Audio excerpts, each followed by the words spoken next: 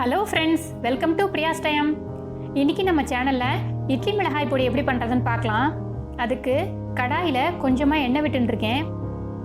கடலைப்பருப்பை 2 cup அளந்து எடுத்துட்டுருக்கேன். அதை நம்ம போட்டு நல்லா செவக்க சிம்மிலே வச்சு வறுத்துக்கலாம்.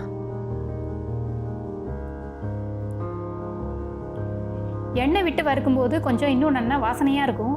எல்லாமே ஒன்று போத்தாப்பில் வறுத்து எடுத்துக்கலாம். நல்லா வறுபட்டுட்டு தட்டில் மாற்றி ஆற விட்டுக்கலாம்.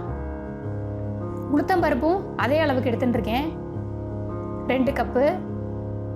இதையும் கைவிடாமல் நல்லா செவக்க வறுத்து எடுத்துக்கணும். நல்லா வாசனை வருது. எல்லாம் நல்லா ஒன்று போத்தாப்பில் செவந்தெடுத்து இதையும் தட்டில் மாற்றி ஆற விட்டுக்கலாம். வரமிளகாய் எடுத்துட்டுருக்கேன், 150 கிராம். கடாயில் கொஞ்சமாக எண்ணெய் விட்டுருக்கேன். இதையும் போட்டு நல்லா நம்ம வறுத்துக்கணும்.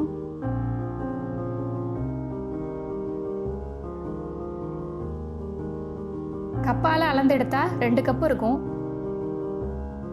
உங்கள் காரத்துக்கு ஏற்ற மாதிரி நீங்கள் அளவை கூட்டி குறைச்சிக்கோங்க. இது கமராமல் இருக்கிறதுக்கு இதிலே நம்ம இப்போ மிளகா பொடிக்கு தேவையான அளவுக்கு உப்பு சேர்த்துன்றேன்.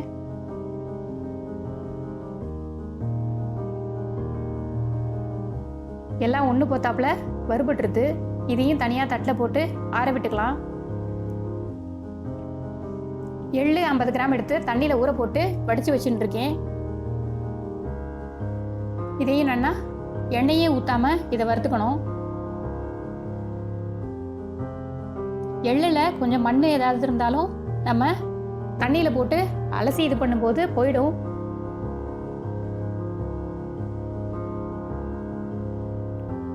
தண்ணி சத்தமெல்லாம் போகிற அளவுக்கு நன்னாவே வறுத்துக்கணும். உள்ளே உள்ள வெள்ளையெல்லாம் தெரியல அளவுக்கு நன்னா வெடிச்சு வரும் தானாவே.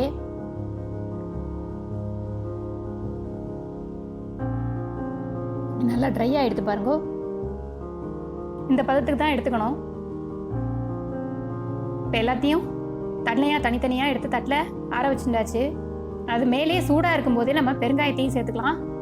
1 டீஸ்பூன் பெருங்காயம் எடுத்துட்டுருக்கேன். சூடாக இருக்கும் போதே போட்டால் அடுப்பில் போட தேவையில்லை. நீங்கள் கட்டி பெருங்காயமாக இருந்தால் எண்ணெயில் பிரட்டிக்கோங்க. எல்லாம் நல்லா ஆறிடுத்து. 1 கட்டி வெல்லம் எடுத்துட்டுருக்கேன்.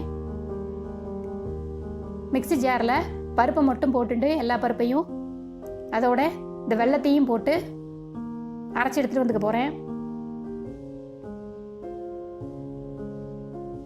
எல்லாம் நல்லா அரைச்சி எடுத்துன்னு வந்தாச்சு. இதை தட்டில் போட்டுக்கலாம். நல்லா அரைக்கிறதும் நல்லா ஆற வச்சு தான் அரைச்சிக்கணும்.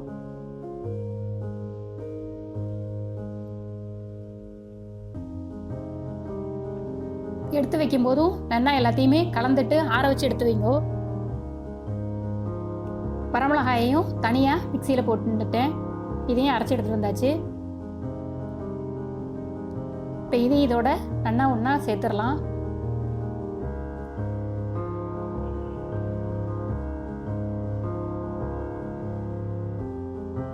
எல்லாத்தையும் நல்லா ஒன்றா கலந்து விடணும். நல்லா ஆறுனதுக்கப்புறம் அரைச்சி வச்சுட்டாதான் எல்லாத்தையுமே ஆறுனதுக்கப்புறமா எடுத்து டப்பாவில் போட்டு வச்சுக்கணும். இல்லைன்னா வேர்த்து விட்டுரும். 4 படம் அப்போ தான் இருக்கும். அருமையாக இட்லி மிளகாய் அப்படி தயாராகிடுது. இது இட்லிக்கு, தோசைக்கு எல்லாத்துக்குமே ரொம்ப சூப்பராக இருக்கும். இந்த வீடியோ உங்களுக்கு பிடிச்சிருந்ததுன்னா லைக் பண்ணுங்க. நம்ம பிரியாஸ் டைம் சேனலை சப்ஸ்கிரைப் பண்ணிவிடுங்க. தேங்க்யூ.